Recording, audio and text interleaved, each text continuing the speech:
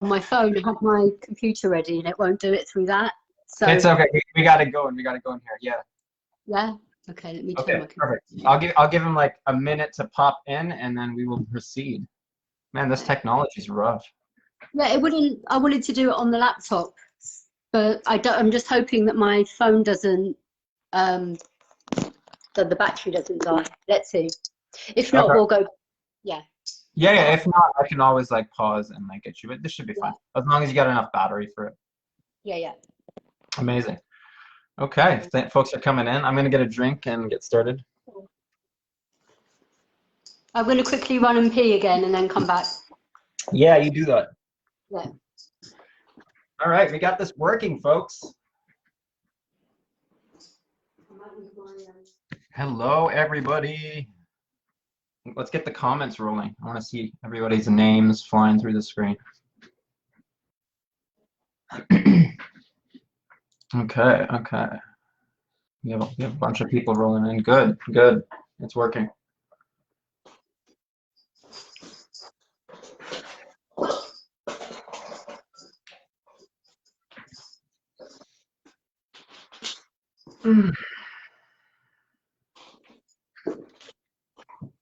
Probably looking at an 11:05 start, folks. Just waiting for some people to roll in, letting Claudia do her thing. Kim Keen, a pleasure. Thanks for coming. Hope to see a bunch of people roll back in. We just had about like 30 of you, but then I had to restart the feed, so apologize for that.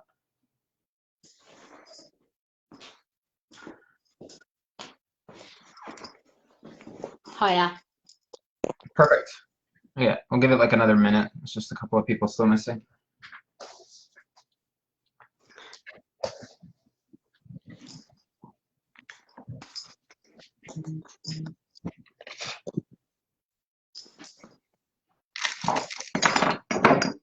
Last time when we did the test, you accepted it on your phone, I remember, right? You were like walking around. Yeah, and I don't work on the That's okay. It's actually pretty clear. I can hear you really clear, so it'll come out fine on the recording.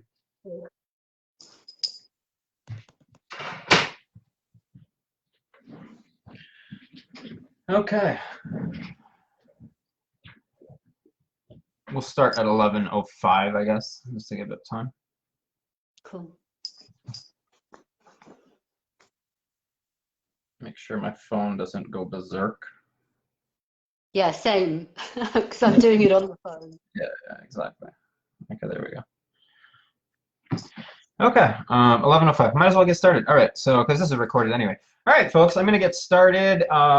Thank you again, everybody, for joining us for this special event with my lovely friend and guest here, Claudia Manchanda from the UK. Before we start the event, I just want to give a brief disclaimer. This event is not affiliated with any herbal association whatsoever and does not represent their views. That includes the AHG, the OHJ, BCHA, NIM, everything on the planet. So just keep that in mind. Having said that, I will start the class today by saying thank you for being here today. Your presence is not only welcome, but needed today. Change is coming, and it's actually here, and we're starting to see bits and pieces of it come into play. As we all know, this particular class was not inspired, but catalyzed by a recent outlandish and divisive racist piece by a well-known figure in the herbal community. I say catalyzed and not inspired because this has been something that's been on my mind and everyone's mind for a while, and I think it just needed that extra push to get us going. I remember, like myself, when I first started kind of disseminating the whole colonial aspect of herbal medicine is when I heard a British gentleman speak of essentially Arabic herbal medicine as quackery piously disguised, and he was like a very biomedical, like sort of eclectic style herbalist. So that kind of opened my eyes and just said, there's something a bit more to this. So having said that, a little bit up on the piece before we get going. Again, I chose recently to express my rage by burning my own property, certain books, as a symbolic break from colonial Western herbalism in my practice, my own personal practice. I'm not only just doing that as, to exercise my rights as a Canadian citizen, but I was doing it as artistic expression because, many of you know I do a bunch of alchemical work, and I'm creating essentially like a spagyric salt from it. So a way to actually take something that's painful and actually involve it in my work and express it that way. So it's very interesting to see that this fire sparked many fires within your own hearts, as evident from the global emotional and supportive responses seen during and after the event. Again, it seems to be that this is what the catalyst the community needed to slam head on with an issue that's been heavy in our community and hearts for so long. And having said that, with change, there will be discomfort to some, right? And with obviously some resistance. And it's unfortunate to see that this discomfort and resistance has led to, various actions such as, reporting me in various organizations in multiple countries.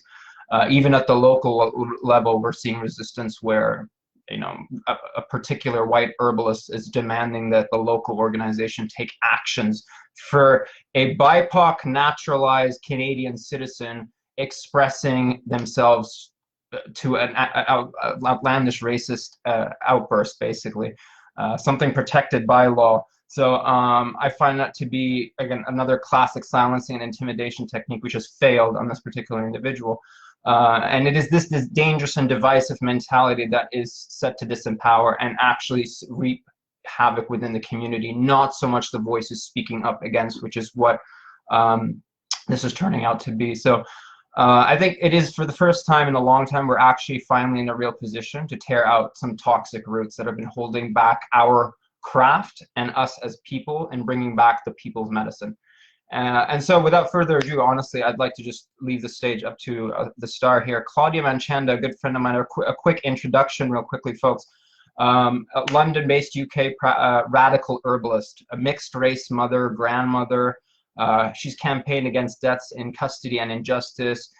She was a bioscience and herbal lecturer. She's taught cooking in her community for many years, and now focuses on trying to live with metastatic breast cancer while servicing her community with radical herb walks in the London, UK area.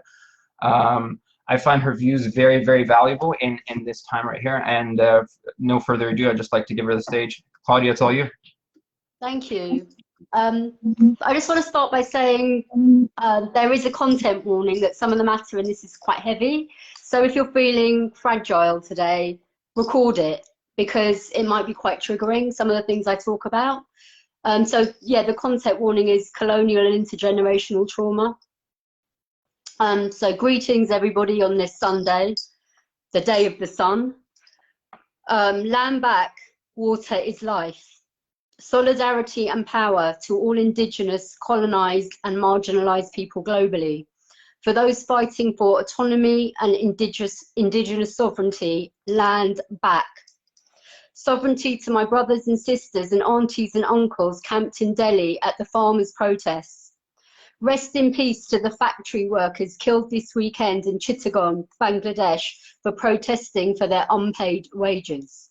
I think 2,000 people were protesting this weekend and were shot at. I am giving my personal opinion and representing myself.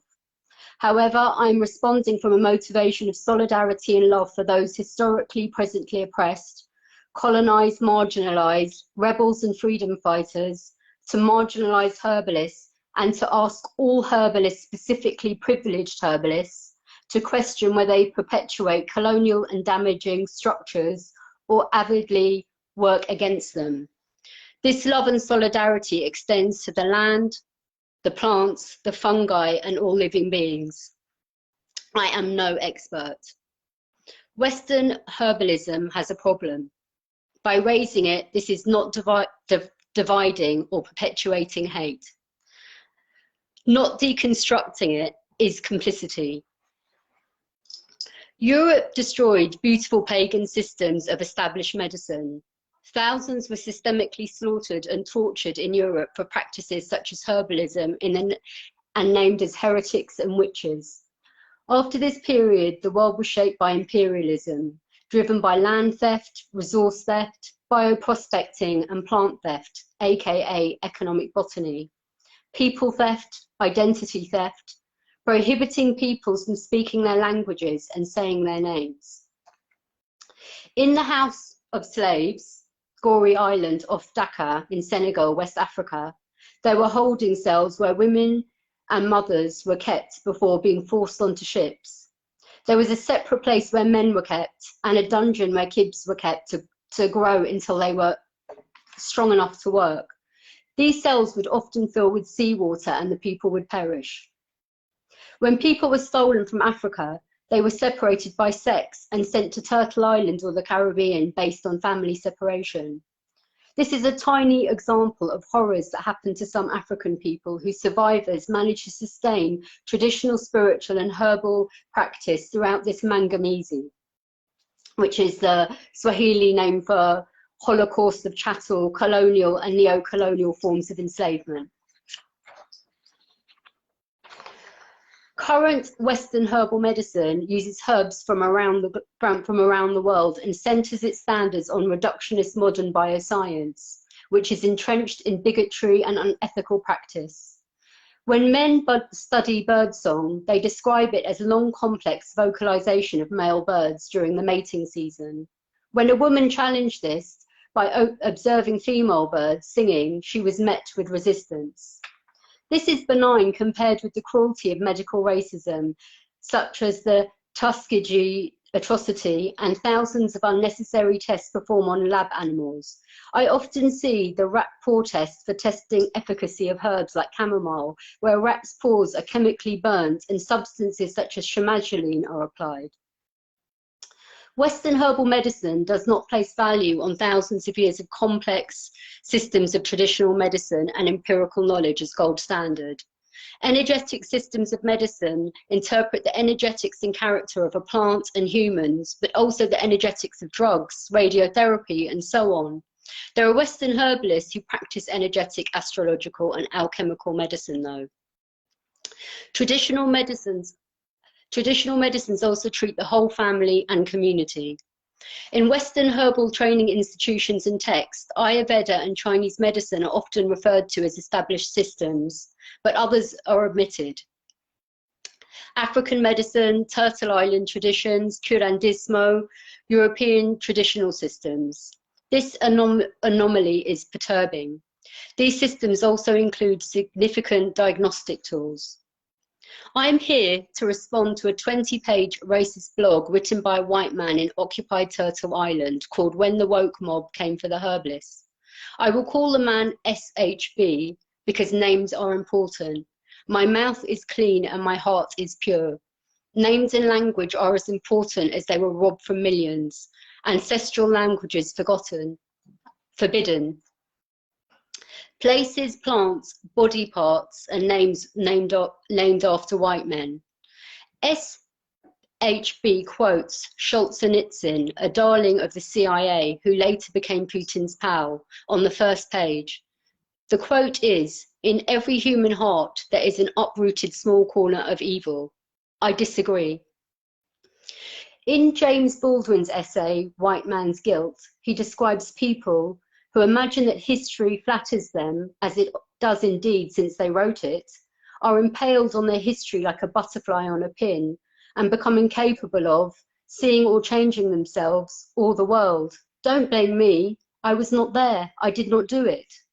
But on the same day, in another gathering, in the most private chamber of his heart, always the white American remains proud of his history, for which he does not want to pay, and from which he has profited so much.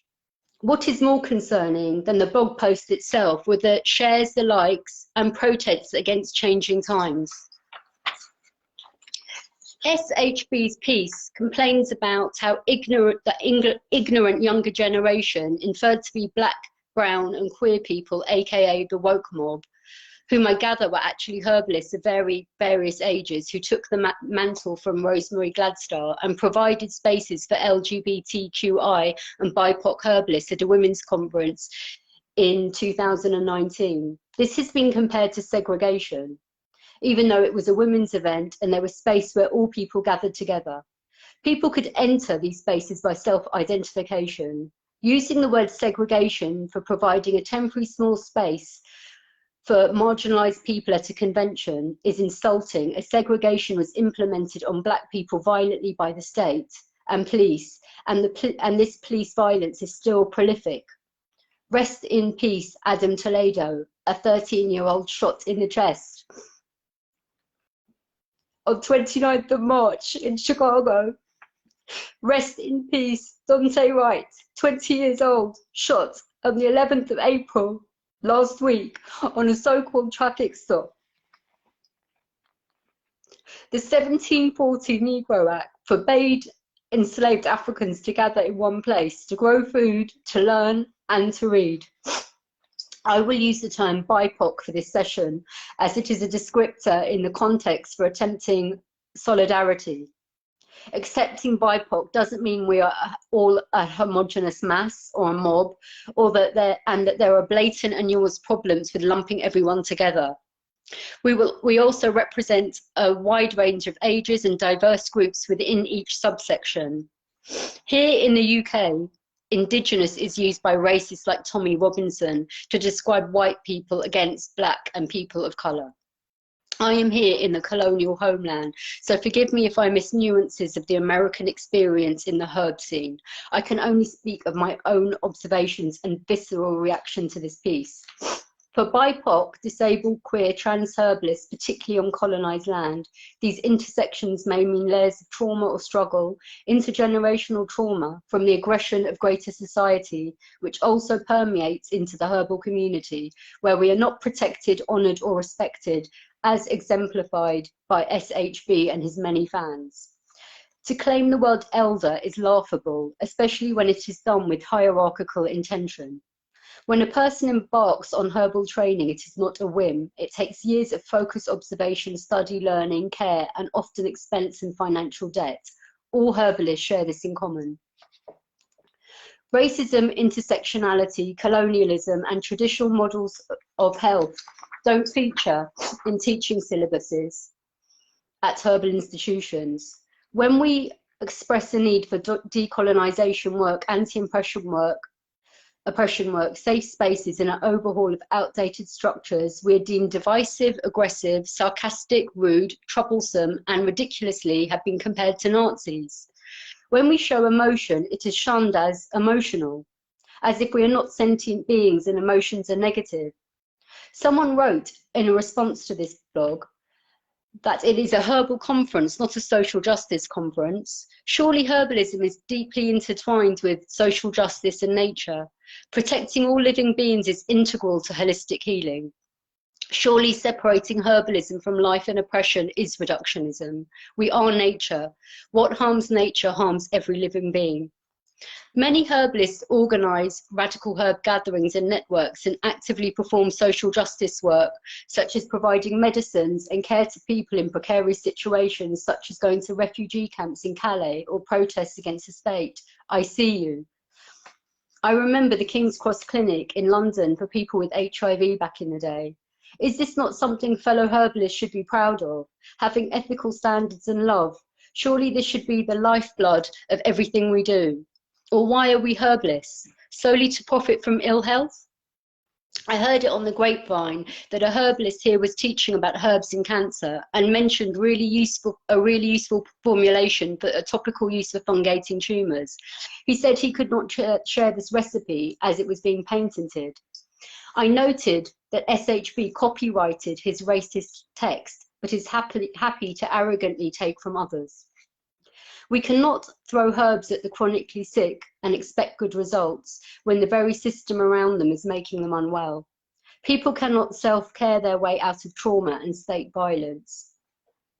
SHB wrote, "It is incumbent upon all of us to take a stand opposing this in public and openly, but I truly do understand it is a difficult thing to do. Who wants a woke mob piling in on them? Nevertheless, they're destroying a community that took decades to build. They do not belong to us. If activists disrupt the conference, the police should be called to eject them. If we set limits consistently, they will stop coming and perhaps go and bother Hell's Angels." The suggestion that the police should be called to eject activists shows he is the person who wants to harm communities at risk from police violence.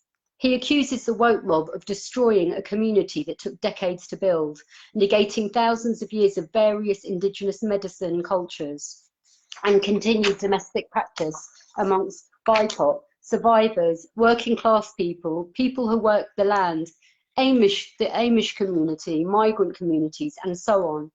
He laments that hippies in the 60s saved herbal medicine and raised it to where it is today, that they were the only ones doing herbal medicine. This is perhaps the most ridiculous assertion, especially when we go to see the paper trail of unethical practice, cultural appropriation, and disdain for indigenous peoples in colonized land. 80% of the globe use herbs for primary care. Indigenous nations of Turtle Island and numerous communities have always used herbs as an ongoing part of their culture. Herbals have been published continuously for hundreds of years. Such is the interest in herbal medicine that the Complete Herbal by 16th century radical herbalist Nicholas Culpeper is one of the top-selling books and has never been out of print. Saying that, many, if not most, herbal traditions are oral and survive vibrantly without publication. Oral traditions may be deliberately kept away from appropriators and colonizers, or people who will abuse and profit from the knowledge. Often, oral accounts are listed as myth and legend by the Western herbalist. Also, historical texts are hidden, such as ancient medical papyri hoarded in vaults all over Europe. A phenomenon I often witness in the allopathic and alternative world and with privilege is that if you don't see or experience it, it is not true, or it is minimized. This is exemplified by the response to the COVID pandemic and anti-maskers. If you are privileged, then you may not want to discomfort yourself with ugly truths or simply deny them by taking part in a happy experience. This experience may be the ancestral culture of another. SHB centers his perceptions of life centered on his own lens only, often with a stark lack of empathy and bitterness. Many marginalized groups prefer to seek non-allopathic practices where possible from the medical realities of racism in the mainstream services. We just need to observe looking at COVID deaths, maternal deaths, breast and prostate cancer statistics, mental health sections, and disproportionate morbidity and mortality to witness the consequences of systemic racism. I read that the origins of the word woke may have come from the folk singer-songwriter Huddie Ledbetter, aka Lead Belly, using the phrase near the end of his recording of his 1938 song The Scottsboro Boys, when 9 black teenagers were wrongfully accused of raping 2 white women, saying, "I advise you, be a little careful when you go along there. Best stay woke, keep their eyes open," referring to not getting lynched. Woke is used as a derisory slur by many bigots, as is political correctness.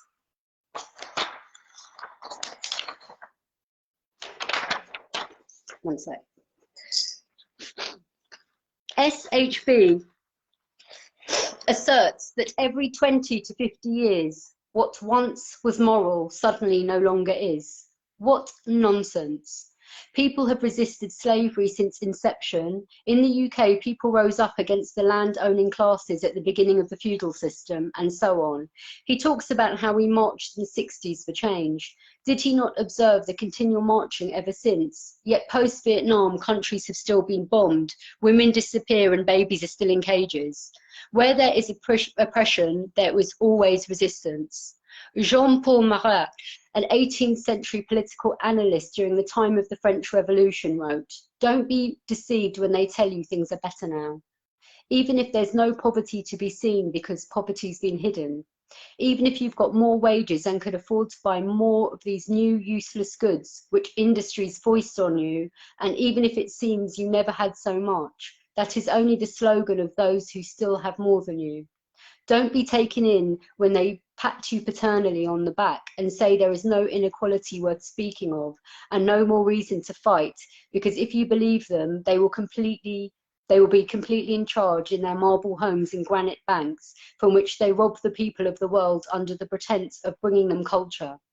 Watch out, for as soon as it pleases them, they'll send you out to protect their gold in wars whose weapons, rapidly developed by servile scientists, will become more and more deadly until they can, with the flick of a finger, tear 1 million of you into pieces. SHB trivializes oppression by comparing owning slaves or a baseball. He is clearly lacking compassion and humanity. SHB leaves a paper trail of alarming writing and red flags. In 1993, the New York Times wrote about an ancient rite of American Indians being held where herbs were being burnt to Mother Earth and Father Sky. 40 people, all white, singing Indian chants and a song about the return of the bison, and so on. SHB was called out for leading a Native American pipe smoking ceremony and charging $20 an hour as a spiritual mentor at his Church of Gaia. This New Age behavior was identified as cultural theft. He also was mentioned in the Baltimore Sun and a book called Playing Indian by Philip J. DeLaura. John Lavelle, a Santa Sioux, said first the white folks took the land and that was all physical. Now they're going after what is intangible. Other examples of cultural theft include sun dances, vision quests, purification sweat lodges, and even using the word smudge. SHB admitted that many Indians consider his church spiritual mockery of sacred rituals, so much so he'd been warned to stop. He described indigenous peoples as fundamentalists and practicing reverse racism. Reverse racism cannot exist as there is no combined social and institutional power against white people based on race.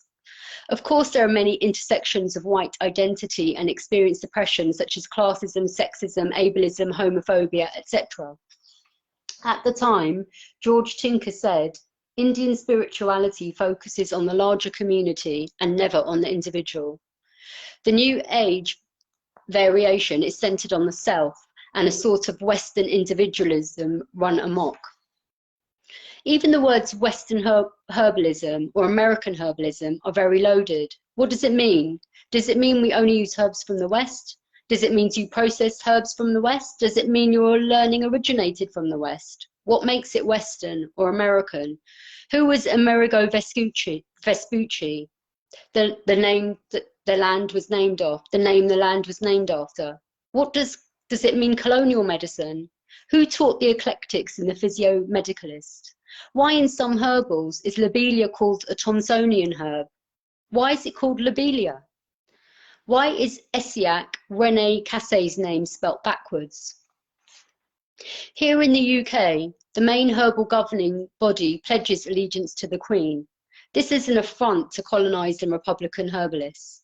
The emblem of a stylized indigenous person and an ancient Egyptian woman was on the crest of the said body, which is very bizarre. I don't know if this still exists. It is time that herbal places of teaching include what colonization entailed, to include decolonization practices and anti-oppression work in its curriculum. It's important to acknowledge the history of taxonomy and binomial nomenclature of plants. How students of Carolus von Linnaeus were sent to bioprospect and collect specimens, creating catastrophe in their paths. They described inhabited lands as terra nullis, empty land. One plant in one continent was moved to another to be grown by people forcibly moved from one continent to another. The history of botanical gardens is as repositories for economic botany, even today. How people use as chattel and the course of their lives change forever. We are now here speaking and listening in English. Obviously, herbalists who were referred to in this piece and those outraged eloquently challenged SHB's rant, and we will share the links below. I want to wrap up by saying herbalists were minding their own business, trying to live good lives, and this tirade was shared and then supported by our own colleagues. This is what hurts the most. A web page was written by Sage Mora on the social justice and activism of herbal medicine that has a comprehensive list of considerations for herbalists. They include acknowledge and fight against oppression, colonialism in herbal medicine. And then it has a paragraph. Discuss and acknowledge soul and wisdom. Explore your lineages and indigenous ancestral herbal traditions. Be present with wounds and pain. Create spaces for grief and mourning. Tend to wounds of oppression and colonization. Recognition and inclusion of individual and community voices. Include and represent oral histories. Balance of wisdom sources. Mindfulness of cultural appropriation. Elevate marginalized voices in herbal traditions. Herbal traditions and our spiritual traditions. Do not elevate Western terms and titles. Do not elevate Western training or tools. Tokenism or exotifying indigenous cultures. Rewilding diet and lifestyle. Lastly, I'll say, what world do we want to live in? Is your practice accessible and safe for all? Do you actively decolonize your mind and practice? How do you contribute to community accessible herbalism? Solidarity is work, and it's a process that requires relationships. Tread carefully and fight the power. Very, very nice. Oh my God, I'm standing up for that. I wish I could give you a hug right now. Here, I'll give you this. Claudia, that was amazing, inspiring, and anyone that's just listening right here can probably know right away why I invited her to have this conversation with us. Yeah, that was bang on, lots of amazing points. For anyone that wants to ask some questions right now, feel free to type it up, as I'm just going to give you a little bit of a closing, I suppose, blurb right here. If you'd like to obviously get into the discussions, we'll get into that. We've left ample room of time here. So I suppose in closing, what I want to say is it's important to recognize that, you know, the book burning, which everyone's so focused on and distracted by, quite frankly, my actions, this event, it's much bigger than a single bigot's, you know, megalomaniacal rant, so to speak. This is about creating actual change in our herbal communities, in our healing communities, a community that must be safe, it must be inclusive, and it must be harm-free. And it is clear that it is not possible to achieve said trifecta or such goal without dismantling the vast oppressive ideologies that are seated in Western herbalism. And it is this very fact that we need to accept. It is our absolute duty as plant-based healers to recognize the limitations and harm that is inherently sewed into our craft and consciously begin unweaving these knots.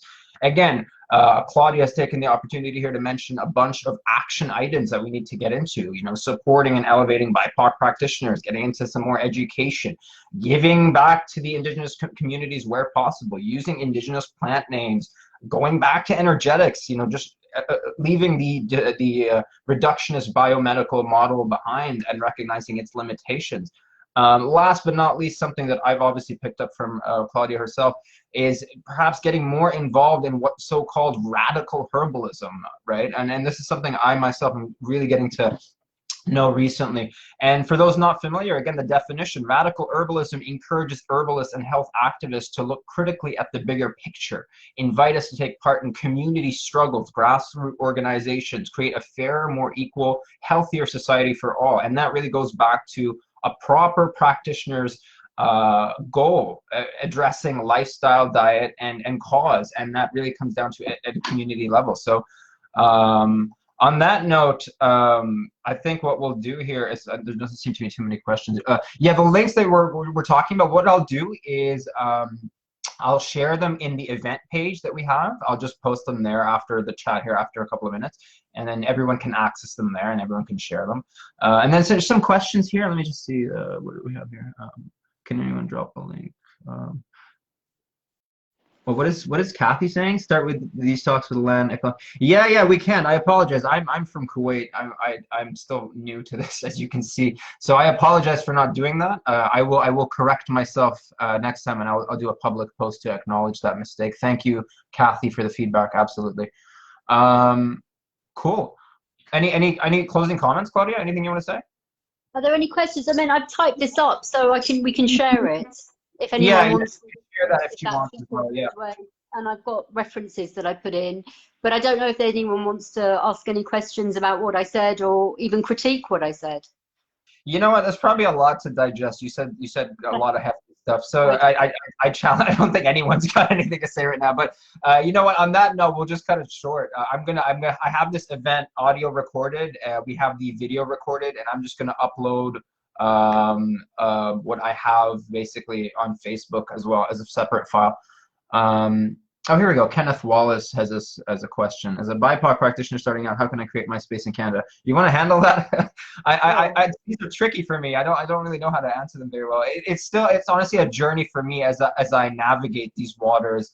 A lot of my comforts were, I realized were almost like brainwashed into me. So it's tough for me to answer that. Yeah, I was going to say reach out to other BIPOC herbalists. So if you're experiencing any forms of sort of stress from actually learning with a paradigm that's so kind of white supremacist, in sort of like, in subtle ways, speak to other herbalists, and also practice self-care when you can. If you're stressed, try and do stress alleviating things. I always talk about foundational medicine, and that's always about making sure you eat good food, drink clean, good water, and those kinds of things. But the biggest thing for me is reaching out to people and talking through any issues that come up. And hopefully we can, form some BIPOC solidarity globally, and have, I think, there was talk of a sort of BIPOC herbal conference. And I just say, bring it on. And what's wonderful about BIPOC people is that, anything we learn, we always share with everybody anyway. So it's not even exclusive. It's exclusive if we do it. If we have learnings from it, that will get shared and permeate throughout everybody anyway. Right on, right on. Yeah, it's a really good point. Yeah, so we got some interesting links here by Melissa and Nikki for those of you who want to get into it. Social justice and activism. That's pretty cool. Yeah, no, excellent points all around. Yeah, so folks, again, I appreciate everyone's presence today. Claudia, thank you so much for your time and the marvelous piece that you wrote. And I think we'll close it off here. I'm going to go get some breakfast. Ladies and gentlemen, thank you again. Herbal family, let's get into it and resist. Peace.